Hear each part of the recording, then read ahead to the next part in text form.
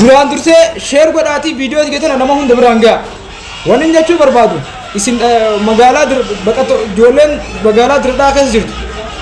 Dhalattuun magaalaa Dirredhaadha. Ilmaan Harargee, ilmaan Oromoo isin baqattoota ka Dirredhaa keessatti hiriira baataniif isin abbaa biyyaati. Nu biyya ka Somaaliyaa keessa ka jirutu baqataadha. Gizee rakkan isaan keessatti hiriira baana malee isin wanni hiriira isin baasu hin jiru isin abbaa biyyaati. Sa'aatii 48 keessatti yoo mootummaan deebisaa isin kan nu baate labsii baasa. Sa'aatii 48 keessatti yoo deebisaa isin kan nu baate isaanu ifirraa nu bulchaa turanii magaalaa Dirredhaa guyyaa 3 keessatti ka qulqulleessu labsii baasa. Isin abbaa biyyaati.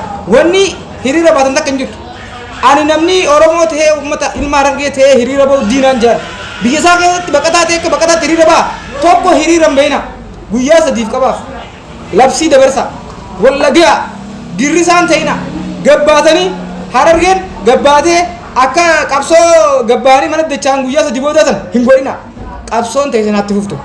Takkaffaa guutuun keenya magaalaan teenya magaalaa Dirredhaa hanga farqa deebisuun dhibbarraa dhibbatti qabsoon ta'e itti hafuftu. Bakka baqataatti guyyaa takka gabbaatanii guyyaa takka ol deebi'u kana isinirraa haftu nuti baqataan taane. Isin warri keessaa biyya keessa jirtan baqataan taane.